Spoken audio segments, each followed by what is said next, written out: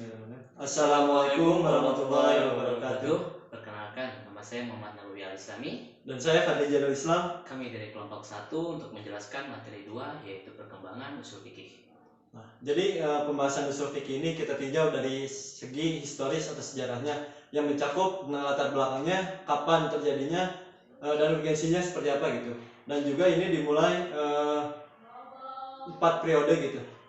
Nah, yang 4 periode itu yang pertama Nabi Muhammad SAW, yang kedua sahabat, yang ketiga istihad, tabi'in, yang keempat mazhab. Perkenalkan, nama saya Muhammad Nawawi Al-Islami. Saya akan menjelaskan tentang Nabi Muhammad SAW. Pada Nabi Muhammad SAW pada abad kedua Hijriah, banyak non-Arab masuk ke Islam, sehingga di situ banyak mempermasalahkan tentang nas. Apa itu nas? Nas itu Al-Quran dan hadis. Dan ketika Nabi Muhammad SAW mempermasalahkan tentang fikih, kembali lagi kepada Rasulullah dan sumbernya pada wahyu Allah. Dan ada pendapat para sahabat yang menentukan kuasa hukum. Contohnya Mu'adz bin Jabal. Rasulullah bertanya kepada Mu'adz, "Hai Mu'adz, ketika kamu pergi ke Yaman, apa yang kamu cari tentang kuasa hukum?" Nah, Mu'adz menjawab, "Aku akan mencari kuasa hukum dari kitabullah, yaitu Al-Quran." Nah, lantas Rasulullah menjawab lagi kepada Mu'adz, "Ketika di kitabullah Al-Quran tidak ada, kamu akan mencari kemana?" "Aku akan mencari ke hadis." Nah, lalu Rasulullah menjawab lagi, "Lantas ketika kamu di hadis tidak ada, kamu mencari kemana?" Nah, Mu'adz menjawab, "Aku akan mencari beristihad sesuai kemampuanku sendiri." Rasulullah sangat bangga dengan ucapannya, dengan jawabannya beliau. Lalu Rasulullah mendoakan Mu'adz. Nah, dari kesimpulan yang saya bicarakan, di situ ada Al-Quran, hadis, dan kembali lagi beristihad. Terima kasih. Bismillahirrahmanirrahim. Di sini saya akan menjelaskan tentang perkembangan usul fikih pada masa sahabat. Jadi pada masa sahabat ini dimulai saat masa transisi dari Rasulullah masih ada hingga setelah Rasulullah wafat. Para sahabat dalam memecahkan suatu permasalahan hukum dipecahkannya oleh kemampuan sahabat itu sendiri atau langsung dikembalikan kepada khalifah. Lalu ada tokoh atau sahabat yang ahli dalam bidang hukum, yang punya kelebihan dalam masalah hukum, yang karirnya itu telah dimulai pada masa Rasulullah masih hidup. Nah, di antaranya itu ada Ali bin Abi Thalib, ada Umar bin Khattab, ada Abdullah bin Mas'ud, ada Abdullah bin Umar, serta Abdullah bin Abbas. Nah, para sahabat ini menentukan suatu hukum ini bukan hanya dalam tidak menetapkan suatu hukum dalam teori, tetapi langsung dipraktekkan gitu. Nah, para sahabat ini juga telah sempurna pemahaman dan pengetahuannya tentang suatu hukum yang ada dalam Al-Quran. Mereka bisa menjelaskan tentang sebab turunnya, rahasia syariat, dan tujuannya gitu. Nah, kemudian pada zaman sahabat ini dalam menetapkan suatu permasalahan usul fikih ini dijadikan sebagai alat untuk beristihad gitu. Nah, pada masa sahabat ini muncul istihad yang masih awal gitu. Muncul ya usul fikih masih awal gitu. Belum seperti masa sekarang ini. Jadi pada awalnya itu pada sahabat muncul tiga istihad gitu. Yang pertama itu ada ijma, yang kedua ada qiyas, yang ketiga ada istislah yang mencakup masalah wa musalah. Nah, dari ijma ini digunakan oleh para sahabat untuk menetapkan suatu hukum gitu, yaitu dengan cara mengumpulkan para sahabat yang ahli dalam bidang hukum, lalu mereka saling bertukar pendapat, bertukar pikiran, ya beradu gagasan, sehingga akhirnya itu lahir suatu keputusan di antara sahabat tersebut, hingga akhirnya muncullah ijma gitu. Dan yang kedua ada tadi kias ya. Kias itu yang dimulainya dari ro'yu gitu, dari hasil berpikir gitu, nalar tadi sih ro'yu atau dari nalar kemampuan berpikir para sahabat gitu. Nah, ro'yu ini yang digunakan untuk memecahkan masalah permasalahan yang belum ada pada masa Rasulullah gitu, sehingga ya mereka para sahabat menggunakan ro'yu tadi gitu, sehingga kan tadi ada ya ro'yu itu ya berupa kias. Nah, kias itu merupakan pengambilan hukum yang ada dan dikaitkan dengan hukum sebelumnya, lalu disamakan dalam segi hukumnya gitu. Dan yang terakhir adalah tentang istisna atau enggak yang tadi cakupannya itu masalah gitu. Nah, masalah ini merupakan suatu kepentingan umat gitu, dan ada tokoh sahabat yang menggunakan istilah ini gitu, yang selalu menggunakan ya masalah ini gitu, yaitu sahabat Umar bin Khattab gitu. Dalam kepemimpinannya beliau ya selalu menggunakan masalah gitu, dan ada ya banyak contohnya sih masalah itu. Salah satunya itu adanya pembukaan Al-Quran, terus ada menghilangkan hukum potong tangan di masa pancaklik dan lain sebagainya. Nah, jadi yang bisa saya tarik kesimpulan di masa sahabat ini, mereka belum para sahabat belum menjadikan usul fikih ini sebagai teori, tetapi langsung dipraktekkan oleh sahabat itu sendiri. Untuk selanjutnya adalah periode mutaqaddimin. Yang pertama, masa tabi'in. Tabi'in adalah generasi setelah sahabat. Mereka bertemu dengan sahabat dan belajar kepada sahabat. Istinbat masa tabi'in umumnya tidak berbeda dengan istinbat sahabat. Hanya saja pada masa ini mulai muncul dua fenomena penting. Yang pertama, pemalsuan hadis, dan yang kedua, perdebatan mengenai penggunaan ro'yu.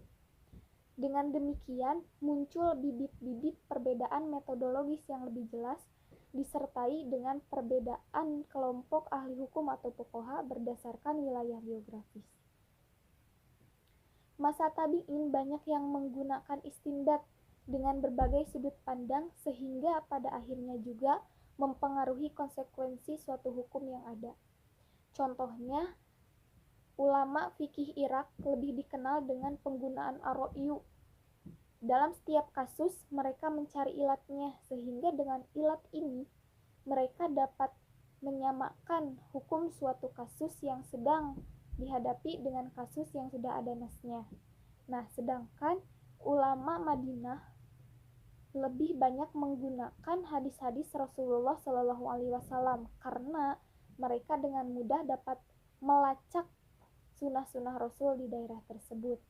Dari sinilah awal mula perbedaan mengistinbatkan suatu hukum di kalangan ulama fikih, sehingga memunculkan tiga kelompok ulama. Yang pertama, Madrasah Al-Iraq, yang kedua Madrasah Al-Kufah, dan yang ketiga Madrasah Al-Madinah. Dalam perkembangan selanjutnya, Madrasah Al-Iraq dan Madrasah Al-Kufah ini dikenal dengan sebutan Madrasah Al-Ro'i, sedangkan Madrasah Al-Madinah lebih dikenal dengan sebutan Madrasah Al-Hadis. Yang kedua, masa tabi al-tabi'in. Di sini saya akan menjelaskan kemunculan dari keempat mazhab. Yang pertama, Imam Abu Hanifah. Mazhab Hanafi berkembang ketika Abu Yusuf, murid Abu Hanifah, diangkat menjadi qadhi pada pemerintahan ketiga Khalifah Abbasiyah, yaitu Al-Mahdi, Al-Hadi, dan Ar-Rasyid. Al-Kharaj adalah kitab yang disusun atas permintaan Ar-Rasyid, dan kitab ini menjadi rujukan pertama rujukan Hanafi. Kemudian yang kedua, Imam Malik. Mazhab Maliki berkembang di wilayah timur atas bantuan Al-Mansur, dan di wilayah barat atas bantuan Yahya ibnu Yahya ketika diangkat menjadi qadhi oleh para khalifah Andalusia. Dan di Afrika, Al-Mu'izz Badis mewajibkan seluruh penduduknya untuk mengikuti mazhab Maliki. Dan yang ketiga, Imam Syafi'i. Mazhab Syafi'i berkembang di Mesir, membesar di Mesir ketika Shalihuddin Al-Ayyubi berhasil merebut wilayah itu. Untuk yang keempat, Imam Ahmad Ibnu Hambal. Mazhab Hambali menjadi kuat pada masa Al-Mutawakkil. Pada saat itu, tidak ada qadhi yang diangkat kecuali atas persetujuan Imam Ahmad Ibnu Hambal. Untuk selanjutnya adalah sumber hukum istinbat dari keempat mazhab. Secara umum, sumber hukum istinbat dari keempat mazhab ini sama-sama menjadikan Al-Quran dan As-Sunnah sebagai rujukan yang paling utama. Seperti di sini saya kutip sumber hukum istinbat dari Imam Syafi'i. Ilmu itu bertingkat secara berurutan. Pertama-tama adalah Al-Quran dan As-Sunnah apabila telah tetap. Kemudian kedua ijma ketika tidak ada dalam Al-Quran dan As-Sunnah. Dan ketiga sahabat Nabi atau fatwa sahabi. Dan kami tahu dalam fatwa tersebut tidak adanya ihtilaf di antara mereka.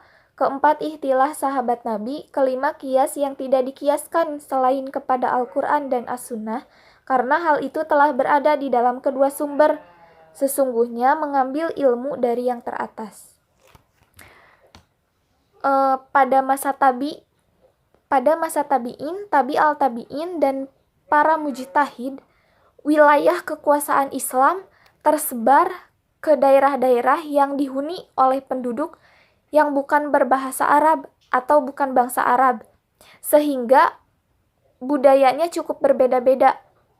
Banyak sekali para ulama-ulama yang berpencar ke daerah-daerah tersebut, dan tidak sedikit pula penduduk daerah tersebut yang kemudian masuk Islam.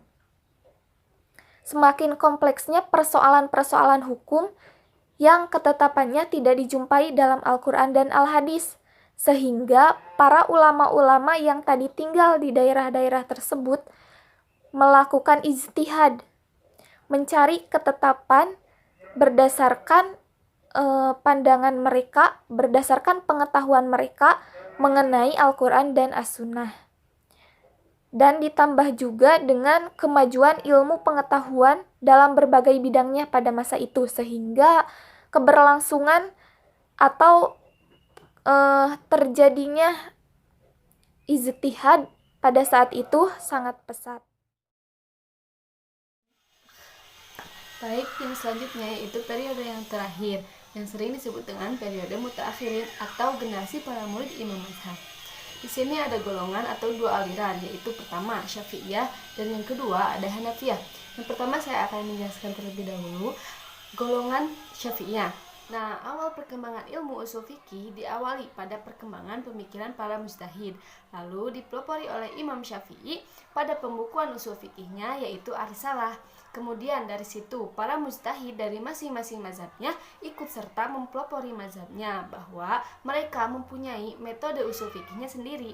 Perkembangan itu terus berlanjut mulai dari golongan ahlu ra'yi sampai golongan ahlu hadis sampai pula pada akhir golongan ulama mutaakhirin.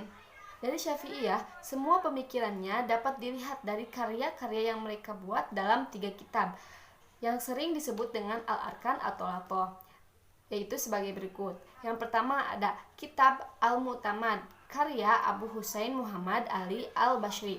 Yang kedua ada Kitab Al-Burhan karya Al-Imam Al-Huramain. Yang ketiga ada Kitab Al-Mustasfa min Ilmi Al-Usul karya Al-Ghazali.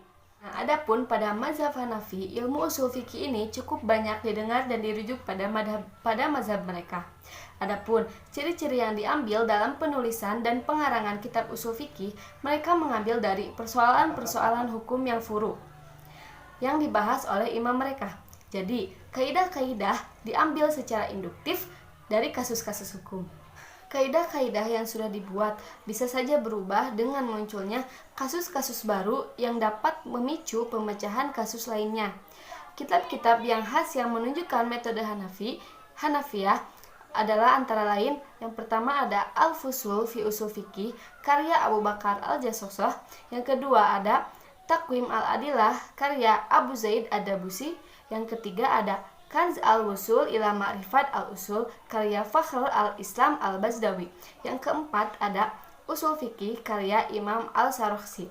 Kemudian ada pula kitab-kitab yang berkembang pada zaman kontemporer saat ini. Yang pertama ada Usul Fikih oleh A. Wahab Khalaf. Yang kedua ada Mabadi'ul Awaliyah oleh A. Hamid Hakim. Yang ketiga ada Al-Mustashfa oleh Abu Hamid Muhammad bin Muhammad Al-Ghazali Al-Syafi'i.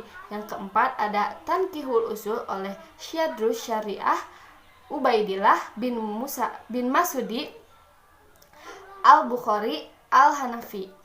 Ulama-ulama mutakhirin melakukan tahqiq terhadap kaidah-kaidah usuliyah yang telah dirumuskan kedua aliran tersebut.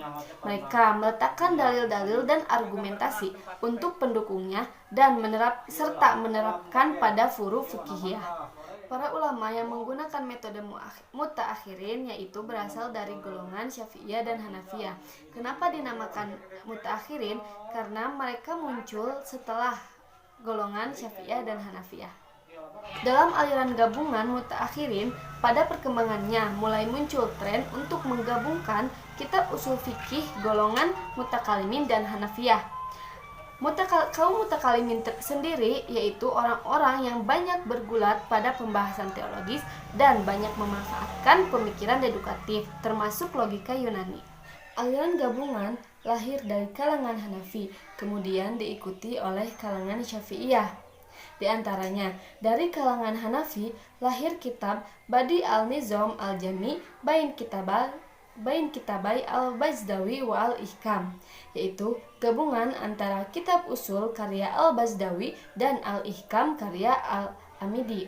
Kemudian ditulis oleh Muzaffar al-Din Ahmad bin Ali al-Hanafi.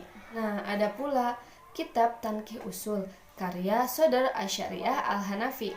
Kitab tersebut merupakan ringkasan dari kitab Al-Mashhul karya Imam Ar-Razi, Muntaha al-Usul karya Imam Ibnu Hajib, dan Usul al-Bazdawi. Kitab tersebut ia syarah sendiri dengan judul karya Sodar Asy'ariyah al-Hanafi. Kemudian lahir kitab Syarah at-Tawdih karya Sa'ad ad-Din at-Taftazani asy-Syafi'i dan Jam al-Jawami karya Taj ad-Din as-Subki asy-Syafi'i.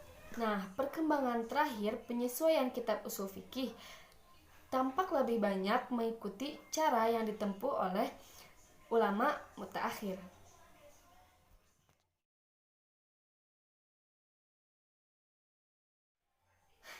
Cukup sekian penjelasan perkembangan ilmu usul fikih dari kami. Terima kasih atas perhatiannya.